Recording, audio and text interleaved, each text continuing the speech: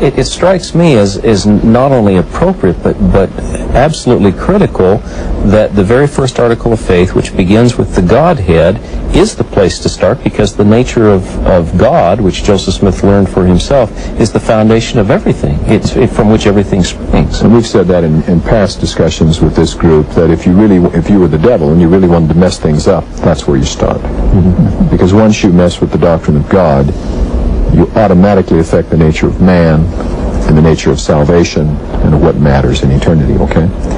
Wasn't what Joseph was doing, at least in some measure, attempting to respond to the kind of questions that were most often asked of a Latter-day Saint? What are those things that would make you distinctive? What do you believe? And things that we would constantly be asked about would be reflected in the things that he chooses here to talk about, to make expression. Well, let's respond to that, Joseph, without us. We don't have the time certainly to go through all 13. But let me just ask you this: I'll skip around, and you tell me what that particular article of faith might set forth that would be either unusual or distinctive. How about that? One. Good idea. The fact that we have three separate beings. They're very definite individuals. Agency is affirmed. Agency affirmed, and? No depravity of humankind. No human depravity and no original sin. No original sin. You see, these things, this doctrine really flows, doesn't it? Yeah. How about 3? A very beautiful, simple statement, but what does it set forth? Centrality of the atonement. Centrality of the atonement. I like the word. Perfect balance with the necessity of obedience and words. Such as the use of the word may. All mankind may be saved. It didn't say all mankind will be saved. That's right. But you've got the announcement that we're saved only in and through Christ, but at the same time, we have to be obedient to the laws and ordinances of the gospel. And then we get the laws and ordinances of the gospel set forth. Now let me try an idea out here. It seems to me, in a way, that this is a recapitulation of what we've just been reviewing in the book of Moses. We have the doctrine of God set forth, then we have the fall of Adam, and then we have the atonement described, and then we have the ordinances associated with the atonement. The gospel. And we go through, and even to the order that we looked at in a chapter like Moses 7, where we have the gathering of Israel, the 10 tribes, the New Jerusalem, which comes later on in Moses chapter 7. It comes later on in the Articles of Faith. All right.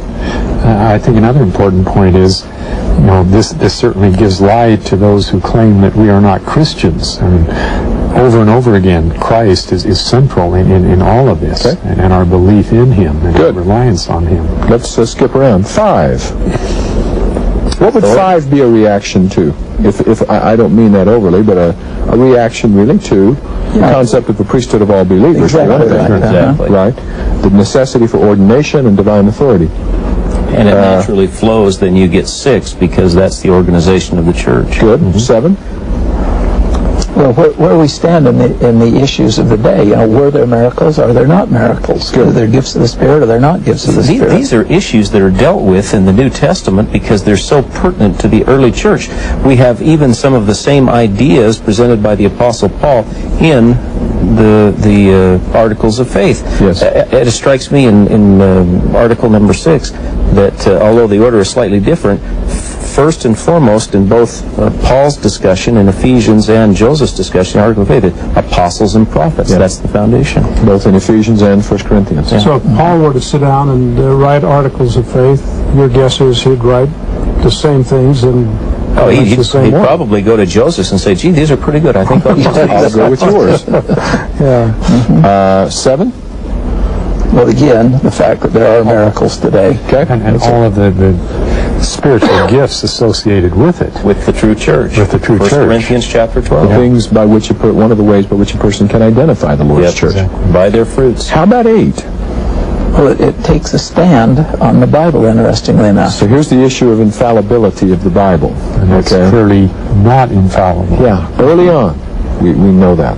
He knew it early, but now he states it firmly. That's great. Okay. 9. Continuing revelation. Yep. Open nature. Open canon. We haven't shut the door on revelation. Well, every doctrine that we teach has revelation as its source, doesn't it? It has to bear the label revelation, or it just isn't ours. It isn't good enough for us. Right. Joseph, what about 10? Well, again, a very fundamental doctrine, particularly to the people of that day, the idea of the gathering of Israel, that we're not writing that off as some kind of a figurative thing, that it was literal. They were in the midst of it then. You say figurative. What would they have, in that day, the Christian, the average Christian, and as it would be today, would believe what? Well, I think that we're gathered as we profess Christ. And that an Israelite, we become of the house of Israel sort of metaphorically, symbolically by accepting all believers are somehow adopted as members of the kingdom of Israel. Interesting, he uses the word literal gathering of Israel. Literal. Restoration of the 10 tribes. We've got some kind of post-millennial, premillennial. We're taking a stand on exactly does the millennium grow out of men becoming more righteous, or does Christ come in and impose that righteousness, and we're coming down solid on the literal nature of the coming of Christ. And this very distinctive doctrine of the New Jerusalem. New Jerusalem and the establishment of a millennial earth, a paradisiacal which is a return to the Edenic order, referred to here as paradicycle, and pre-fall state. 11. Freedom of worship, not only for ourselves, but for all people. Growing out of, surely, Joseph Smith's own persecutions and difficulties with the Latter-day Saints that they had faced. 12. Oh, extremely important, especially again 1842. There are already some people are having some heartburn about the Nauvoo Charter and some things like that. Where exactly as unsupportive of the American government. Is exactly right. Where do we stand? And so we sit it right down solid. That's exactly where we stand. Take the nervousness out of things. 13. Michael, what comes to your mind when you see 13?